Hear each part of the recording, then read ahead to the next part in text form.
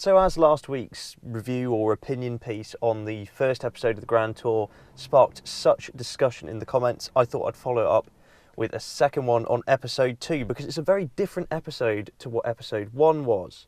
Now, some people thought I was a bit too harsh in episode 1, and maybe on balance, yeah, maybe I was a bit, so I'll revise that 7.5 to maybe an 8. However, this episode, like I say, struck a very different tone. The first episode stamped itself down. This is a car show. It's Jeremy Clarkson, James May, Richard Hammond. It's not too dissimilar from Top Gear, obviously considerably bigger budget. But this week, we've marched straight in with sort of a cinematic feast from start to finish. So it all kicked off sort of where it left off last time. Very car-centric. Aston Martin Vulcan came in and stole the stage. Absolutely biblical machine. I've actually been fortunate enough to get up close and personal with that specific one, that red one in the video. I was actually at the BRDC clubhouse at Silverstone when I was doing some work there with some other journalists. Really incredible piece of kit. And again, the cinematography, the way the car was portrayed in the film, you could call it a film because it was so beautifully planned out and scripted. Yeah, it looked great, and I'm really loving the new test track because it makes the car look like it's on these fearsome country roads and not just in the middle of nowhere, in the middle of an airfield. So I really like that element of it. But then we roll round to the main feature of the show, which was about some form of SAS challenge in Jordan at this new facility. Now, I'd read about this in the papers, actually. It's quite an impressive multi-million-pound facility, and the idea is that, you know, global leaders in security forces come here, train and put themselves up against the very best. Now, I thought it was going to be a bit like, you know, when we've seen other military tie-ins, like the bits where Jeremy's chased around by Challenger tanks in Top Gear, or the beach assault with the Ford Fiesta, which was a really great collaboration with the British Army. I thought we were going to see some form of realistic portrayal, but what we actually got was a very scripted, undeniably amusing at points, it has to be said, but a very scripted sort of plot that replicated Tom Cruise's blockbuster of the other year, which actually I really liked.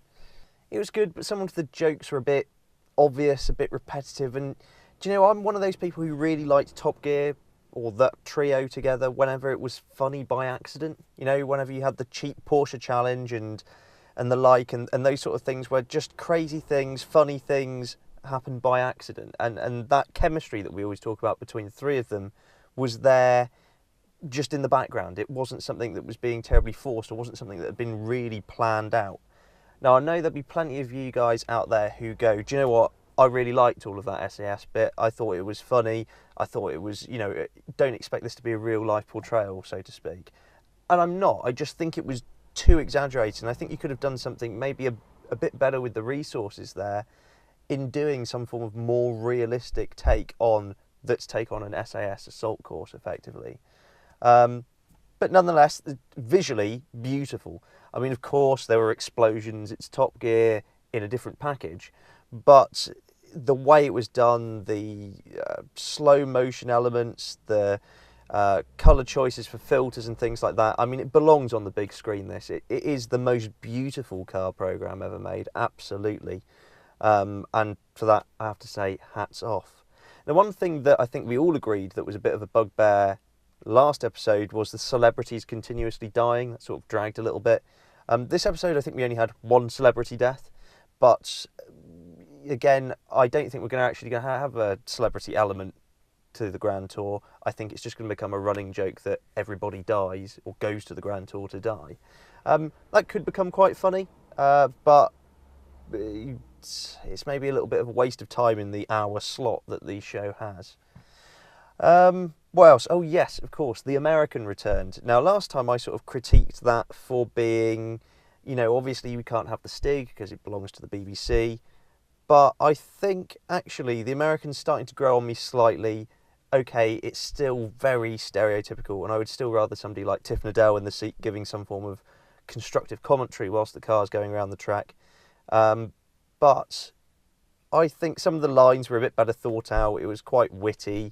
And of course, the Aston Martin Vulcan going around the track, you could see that the man clearly knows how to drive. I mean, he's ex-NASCAR driver. So, yeah, I have to say, personally, I didn't like this episode anywhere near as much as the previous episode.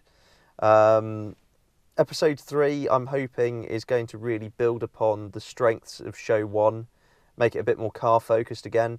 Again, it's different audiences, isn't it? I mean, I'm a motoring journalist. I'm obviously interested in cars, day-to-day life anyway, so I'm watching it for the cars. But the people watching it for those 3 maybe found this episode better than the first episode. So let me know what you think in the comments. But for me personally, I want to see more of what we had in episode 1 and a little bit less of sort of the soap opera of episode 2. But again, tell me what you think in the comments below. Thanks very much for watching, and let us know what you think in the comments below. Please subscribe for all of the latest and greatest cars to hit the road. For breaking news and written reviews, visit www.insidelane.co.uk.